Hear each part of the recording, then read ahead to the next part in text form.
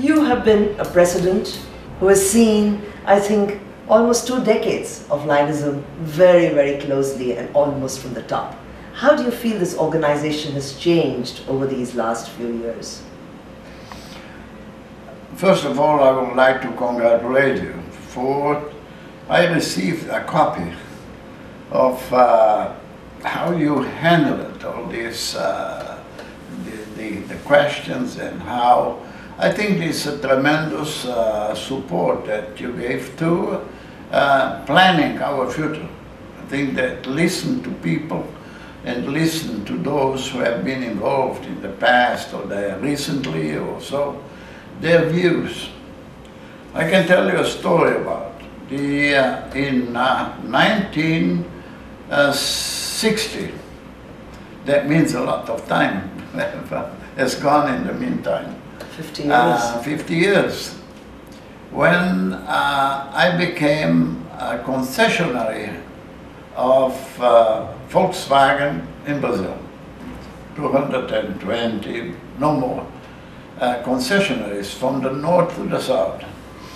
And at the convention we had in 1963, the president of Volkswagen asked the representatives, I was one of from our area in São Paulo, and others, so we were together about 20 to reply the questions about the future. And everybody said, well, we are happy the way we are. We have now a market share of 80% of the total. Can you imagine? In a country with 150 million, you have a market share of 80%. And when at my turn I said, Mr. President, we due our success because of the incompetence of the concurrents.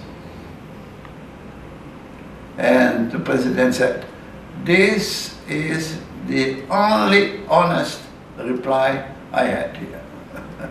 And so he agreed with that. And now, comparing nowadays with what we are facing in our association, Lions, in 1974, when I was governor in my district,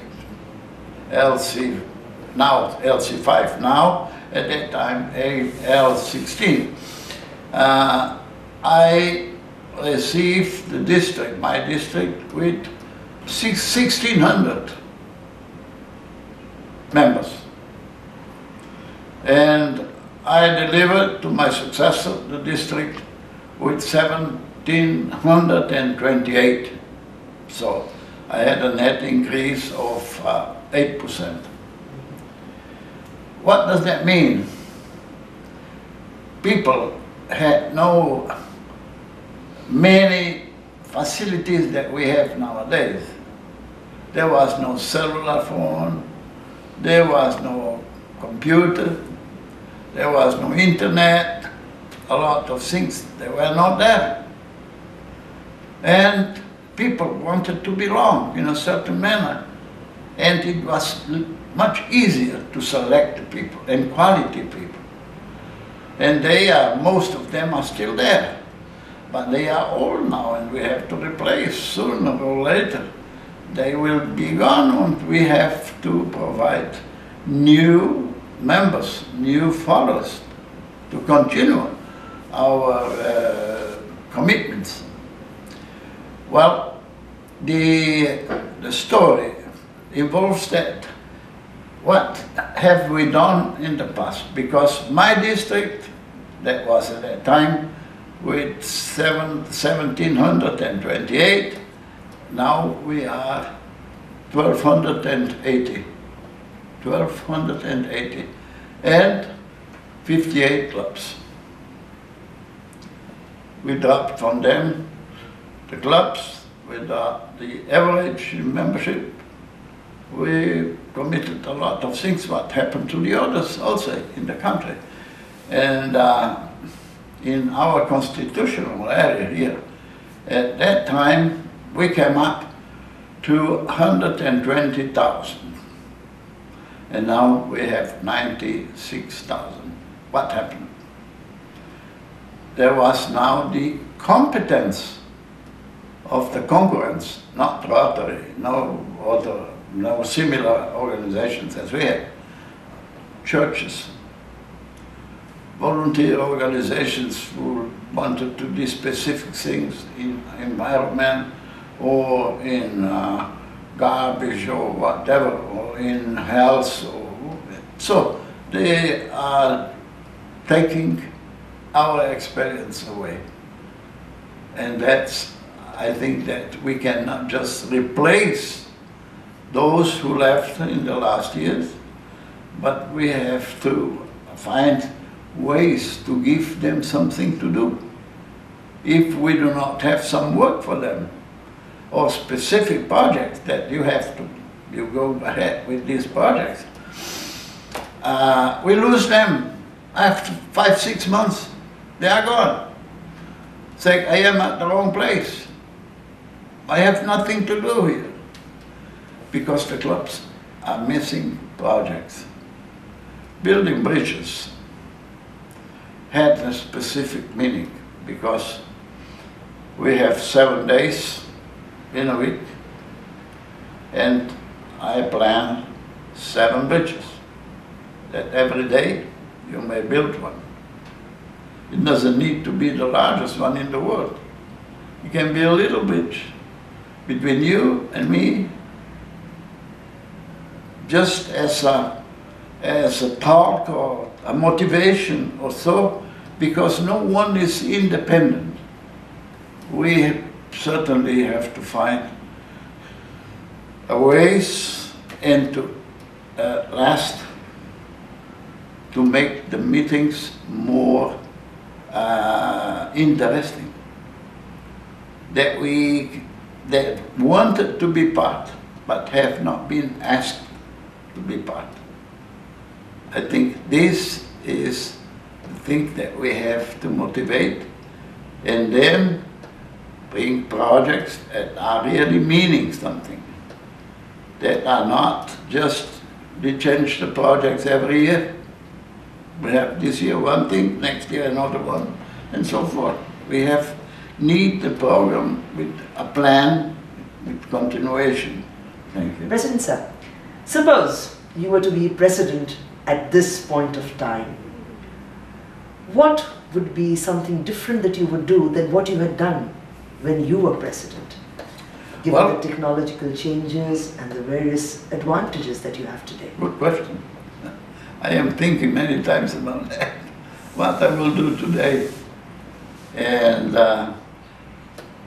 I will repeat my bridge building program, but now in a new age, in a new time. I think that this will be needed. However, the 7 bridges are still the same. One of the bridges was a bank of ideas. A bank of ideas. Because I reasoned at that time, it is still valid, still the same. There was a teacher in school who, in his lesson, wanted to provide some example of NATO. And he said to the kids, "Isn't that nice?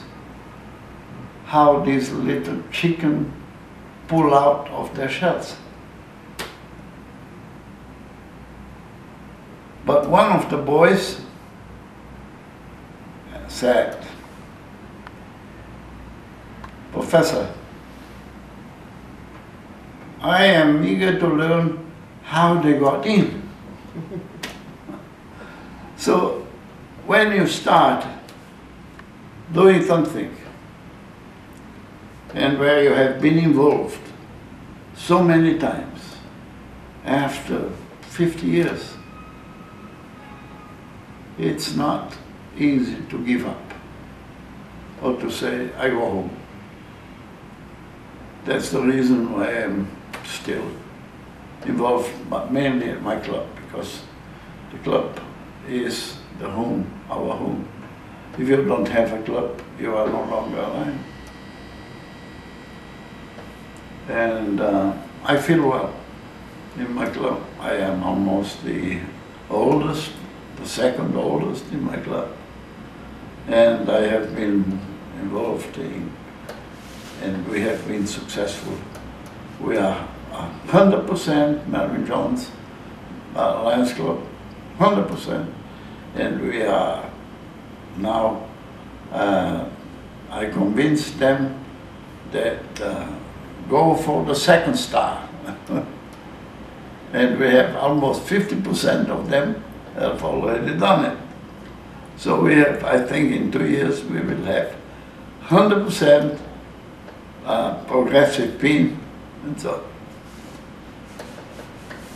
It's so wonderful to hear this, and especially you've led the organization and you still believe in your club. I believe. And the pride that shows. It's wonderful, sir. Thank you so much for sparing your time, for sharing your experiences and your thoughts. And I'm sure all the viewers of this academy will love hearing this and listening to you. Thank you so much, President. Thank you, Panina.